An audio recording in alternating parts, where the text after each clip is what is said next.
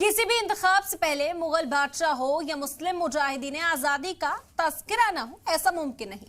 इंतखाबी तशहीर हो और औरंगजेब या टीपू सुल्तान का नाम ना आए, ऐसा शायद तस्वुर से भी परे है। अगर इसे शायर आगा हश्र की जुबान में समझे तो कुछ यूं होगा, गोया तुम्हारी याद ही मेरा इलाज है, होता है पहरो जिक्र तुम्हारा तबीब से। यानी सियासी लीडरान अपने वोटर्स को बार बार मुस्लिम बादशाहों की याद दिलाते हैं। अब देखिए ना, कर्नाटक असेंबली इंतखाब से पहले भी टीपू सुल्तान की एंट्री हो गई है। अब चुनावी मैदान में सुल्तान वाला दाव चल दिया गया है। असम के वजीर आला हेमंता बिस्वा शर्मा ने कांग्रेस पर निशाना साधते हुए कहा कि सिद्धरमैया, डीके शिव कुमार टीपू सुल्तान की औलाद हैं। उन्होंने मजीद कहा कि टीपू सुल्तान ने 80,000 लोगों का कत्ल किया था। वाज़ेह हो कि कर्नाटक इंतखाबी तशहीर में पहले बजरंग बली और अल्लाहू अकबर का मुद्दा छाया हुआ है। वहीं पीएम मोदी की जुबान से फिल्म द केरला स्टोरी की तारीफ ने इलेक्शन को फिल्मी बना दिया।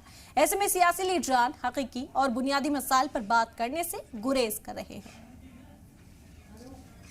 इसीलिए आपको मैंने बताना चाहता हूं कि आपने तो नाम पढ़ा है सिद्धरमैया जी, नाम पढ़ा है DK Sultan, DK Shiv Kumar ji.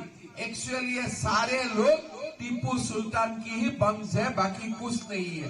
They are the family members of Tipu Sultan, बाकी कुछ नहीं है। मैं असम से आया हूं।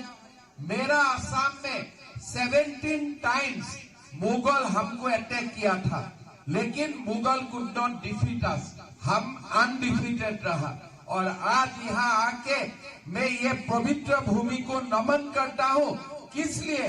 हमारे कोडाबा का लोगों ने भी टीपू सुल्तान को बार बार हराया था, 18-20 बार उनको हराया था। तो इसीलिए भाइयों और बहनों, कांग्रेस आएगा तो हमारा कर्नाटक भी धीरे धीरे पीएफआई का घाटी बन जाएगा।